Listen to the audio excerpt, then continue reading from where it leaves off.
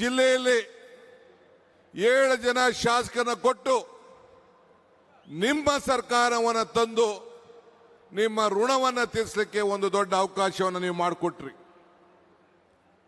ಬೆಂಗಳೂರು ಬಿಟ್ರೆ ಈ ತುಮಕೂರಿನಲ್ಲಿ ಒಂದು ದೊಡ್ಡ ಇತಿಹಾಸ. ಇದೊಂದು ಶಿಕ್ಷಣದ ಈ ಕಲ್ಪತರು ನಾಡು ಶಿಕ್ಷಣಕ್ಕೆ ಧಾರ್ಮಿಕವಾದಂಥ ಒಂದು ಐತಿಹಾಸಿಕವಾದಂಥ ಕಾಶಿ ಇದ್ದಂಗೆ, ದಕ್ಷಿಣದ ಕಾಶಿ ಇದ್ದಂಗೆ. ಇದು ಧಾರ್ಮಿಕ, ಆಧ್ಯಾತ್ಮಿಕ, ಅನ್ನ, ಅಕ್ಷರ, ಆಶ್ರಯ ನೀಡಿದಂಥ ಒಂದು ಪವಿತ್ರವಾದಂಥ ಭೂಮಿ. ಈಗ ತಾನೇ ಡಾಕ್ಟರ್ ಪರಮೇಶ್ವರ್ ಅವರು ಹೇಳ್ತಾ ಇದ್ರು, ಬೆಂಗಳೂರಿಗೆ ಜನಸಂಖ್ಯೆಯನ್ನ ನಿಯಂತ್ರಣ ಮಾಡಬೇಕಾದ್ರೆ ಈ ಬೆಂಗಳೂರಿನ ಉತ್ತರ ಭಾಗದಲ್ಲಿ ಒಂದೇ ಒಂದು ಉಪಾಯ, ಈ ತುಮಕೂರನ್ನ 2ನೇ ಬೆಂಗಳೂರಾಗಿ ಪರಿವರ್ತನೆ ಆಗಬೇಕು ಅನ್ನೋದು ಅವರ ದೊಡ್ಡ ಸಂಕಲ್ಪ. ಇವತ್ತು ಅವರ ವೇದನೆ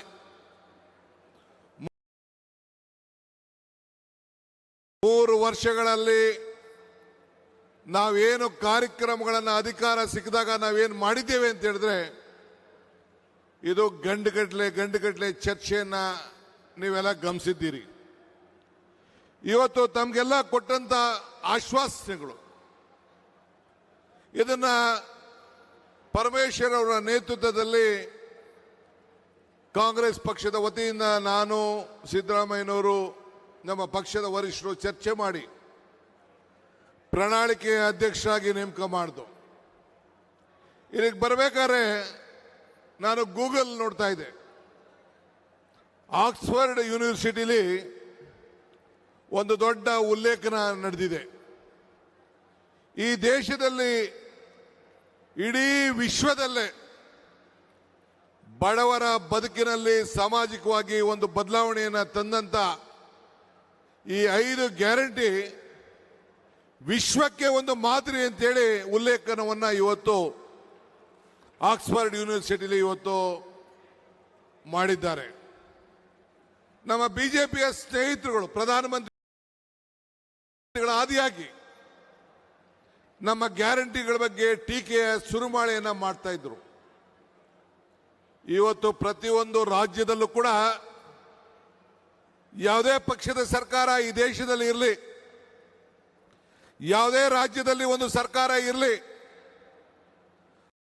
ಆ ಸರ್ಕಾರ ನಮ್ಮ ಗ್ಯಾರಂಟಿಯನ್ನ ಗಮನದಲ್ಲಿಟ್ಕೊಂಡು ಅವರ ಬದುಕಿನಲ್ಲಿ ಕಾಂಗ್ರೆಸ್ ಸರ್ಕಾರ ಕೊಟ್ಟಂತ ಗ್ಯಾರಂಟಿ ಇಡೀ ದೇಶಕ್ಕೆ ಮಾದರಿ ಅಂತೇಳಿ ನಮ್ಮ ಗ್ಯಾರಂಟಿಯನ್ನ ಇವತ್ತು ಕಾಪಿಯನ್ನ ಮಾಡಿಕೊಂಡು ನಮ್ಮ ಏನು ಒಂದು ತೀರ್ಮಾನದ ಬದ್ಧತೆ ಇದೆಯಲ್ಲ, ಬೆಲೆ ಏರಿಕೆ ಗಗನಕ್ಕೆ ಹೋಗ್ತಾ ಇದೆ, ಆದಾಯ ಪಾತಕ್ಕೆ ಹೋಗ್ತಾ ಇದೆ, ಇದಕ್ಕೆ ಸಹಾಯ ಮಾಡಬೇಕು ಅಂತೇಳಿ ಅವರು ಕೂಡ ನಮ್ಮ ದಾರಿಯನ್ನೇ ಇವತ್ತು ಹಿಡಿದು ಇವತ್ತು ಹೆಜ್ಜೆಯನ್ನು ಹಾಕ್ತಾ ಇದ್ದಾರೆ.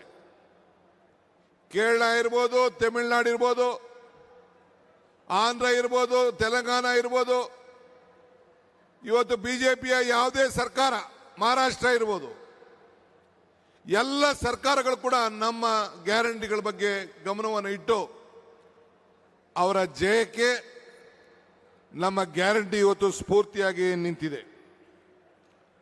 ಇವತ್ತು ನಾನು ತಮ್ಗೆ ಹೇಳೋದಿಷ್ಟೇ, ವಿರೋಧ ಪಾರ್ಟಿಯವರು ಟೀಕೆ ಮಾಡ್ತಾರೆ.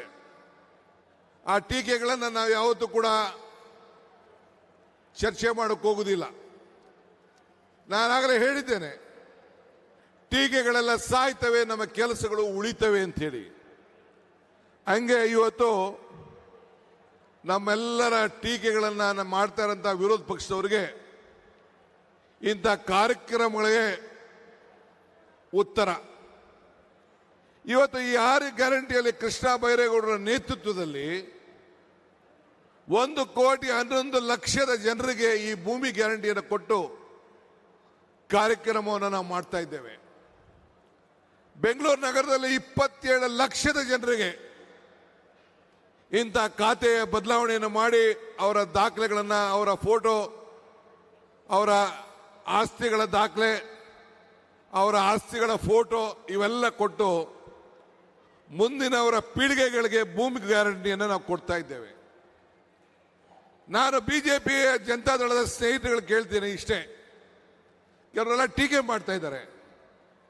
ಭಗವಂತ ನಿಮ್ಗೆ ಅವಕಾಶ ಕೊಟ್ಟಿದ್ದಲ್ಲ, ಡಬಲ್ ಗ್ಯಾರಂಟಿ ನಿಮ್ಮ ಹತ್ರ ಇತ್ತಲ್ಲ, ಡಬಲ್ ಗೌರ್ಮೆಂಟ್ ಇತ್ತಲ್ಲ, ಡಬಲ್ ಇಂಜಿನ್ ಗೌರ್ಮೆಂಟು. ಇಂಥದ್ದೊಂದು ಕೆಲಸ ನೀವು ಮಾಡೋಕ್ಕಾಗಲಿಲ್ಲ.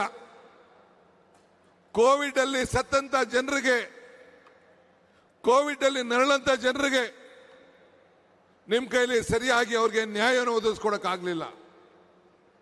ಮೊನ್ನೆ ತಾನೇ ನಾನು ಸಿದ್ದರಾಮಯ್ಯನವರು ಚಾಮರಾಜನಗರ ಜಿಲ್ಲೆಯ ನಂಜನಗೂಡಿಗೆ ಹೋಗಿ ಆಕ್ಸಿಜನ್ ಅಲ್ಲಿ ಸತ್ತಂತ ಜನರಿಗೆ ಕೊಟ್ಟಂತ ಮಾತಿನ ಪ್ರಕಾರ ನಮ್ಮ ಶರಣ ಪ್ರಕಾಶ್ ಮಂತ್ರಿಗಳು, ಜಿಲ್ಲಾ ಮಂತ್ರಿಗಳಂತ ವೆಂಕಟೇಶ್ ಅವರು, ಅವರೆಲ್ಲರ ಸಹಕಾರದಿಂದ ಆ 30 ಜನರು ಕೂಡ ಉದ್ಯೋಗವನ್ನು ಕೊಟ್ಟು ಇಡೀ ರಾಜ್ಯದಲ್ಲಿ ಒಂದು ಇತಿಹಾಸವನ್ನು ಸೃಷ್ಟಿ ಮಾಡಿದ್ದೇವೆ.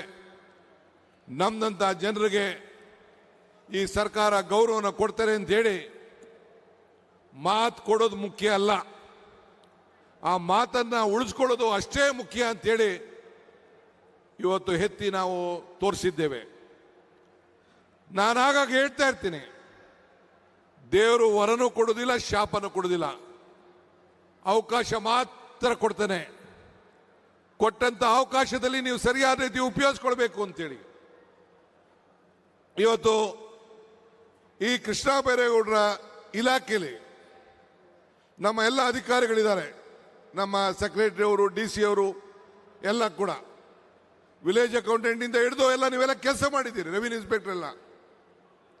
ನೀವು ಅಧಿಕಾರದಲ್ಲಿ ಇರೋದು ಮುಖ್ಯ ಅಲ್ಲ, ನಿಮ್ಮ ಅಧಿಕಾರದ ಅವಧಿಯಲ್ಲಿ ನೀವು ಜನರ ಋಣವನ್ನು ಯಾವ ರೀತಿ ತೀರಿಸಿದ್ದೀರಿ, ಯಾರನ್ನು ಕೂಡ ನೀವು ಮೆಚ್ಚಿಸಬೇಕಾದಂತ ಅವಶ್ಯಕತೆ ಇಲ್ಲ.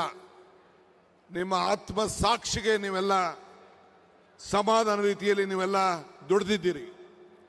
ಅದಕ್ಕೆ ಕೃಷ್ಣ ಬೈರೇಗೌಡರ ಮುಖಂಡತ್ವದಲ್ಲಿ ಆ ಇಲಾಖೆ ಎಲ್ಲ ಅಧಿಕಾರಿಗಳಿಗೆ ಕಾಂಗ್ರೆಸ್ ಸರ್ಕಾರದ ಪರವಾಗಿ, ಈ ನಾಡಿನ ಎಲ್ಲ ಜನತೆಯ ಪರವಾಗಿ ಅವ್ರಿಗೊಂದು ಕೋಟಿ ನಮಸ್ಕಾರಗಳನ್ನು ಅರ್ಪಿಸಲಿಕ್ಕೆ ಸರ್ಕಾರದ ಪರವಾಗಿ, ಪಕ್ಷದ ಪರವಾಗಿ ಬಯಸ್ತೇನೆ. ಎಲೆಕ್ಷನ್ ಬಂದಾಗ ಒಂದು ಮಾತು ಹೇಳಿದ್ದೆ.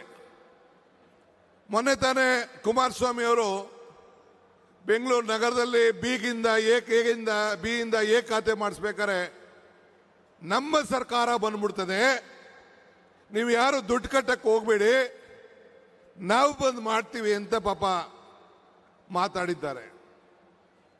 ಅದಕ್ಕೆ ಹಿಂದೆನೇ ನಾನು ಉತ್ತರವನ್ನು ಹೇಳಿದ್ದೇನೆ. ಕೊಟ್ಟ ಕುದುರೆಯನ್ನು ಅಲ್ಲಮ್ಮ ಪ್ರಭುಗಳು ಒಂದ್ ಕಡೆ ಒಂದು ಮಾತು ಹೇಳ್ತಾರೆ, ಕೊಟ್ಟ ಕುದುರೆಯನ್ನು ಹೇರಲು ಬಯಸುವನು ವೀರನೂ ಅಲ್ಲ, ಶೂರನೂ ಅಲ್ಲ.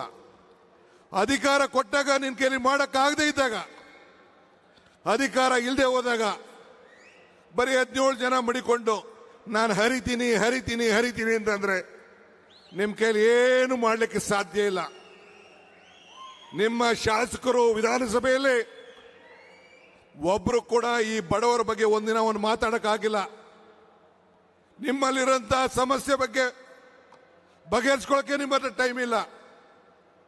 ಇನ್ನು ಸರ್ಕಾರ ಬರ್ತದೆ ಅನ್ನೋ ಮಾತಾಡೋಂಥ ಅವಶ್ಯಕತೆ ಬೇಡ.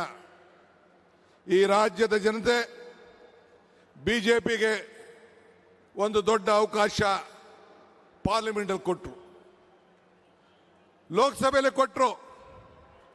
ಪ್ರಧಾನಮಂತ್ರಿಗಳು ಏನು ಹೇಳ್ತಾ ಇದ್ದಾರೆ? ಇವತ್ತು ನಾವು ಇವತ್ತು ಗ್ಯಾರಂಟಿ ಕೊಟ್ಟು ನಿಮ್ಮ ಬದುಕಿನಲ್ಲಿ ನಾವು ಬೆಳಕನ್ನು ಕೊಡ್ತಾ ಇದ್ದೇವೆ. ಅದಕ್ಕೆ ಎಲೆಕ್ಷನ್ ಟೈಮಲ್ಲಿ ಹೇಳಿದ್ದು ನಾನು, ಕಮಲ ಕೆರೆಯಲ್ಲಿದ್ದರೆ ಚಂದ, ತೆನೆ ಹೊಲದಲ್ಲಿದ್ದರೆ ಚಂದ, ಈ ದಾನ ಧರ್ಮ ಮಾಡುವ ಕೈ ಅಧಿಕಾರದಲ್ಲಿದ್ರೆ ಮಾತ್ರ ಚಂದ ಅಂತ ಹೇಳಿದೆ. ಈ ಅಧಿಕಾರ, ದಾನ ಧರ್ಮ ಮಾಡುವ ಕೈ ಅಧಿಕಾರ ಇದ್ದದಕ್ಕೆ ಇಂಥ ಗ್ಯಾರಂಟಿಗಳನ್ನು ಕೊಟ್ಟು ನಿಮ್ಮ ಬದುಕಿನಲ್ಲಿ ಬದಲಾವಣೆಯನ್ನು ಇವತ್ತು ನಾವು ಮಾಡ್ತಾ ಇದ್ದೇವೆ.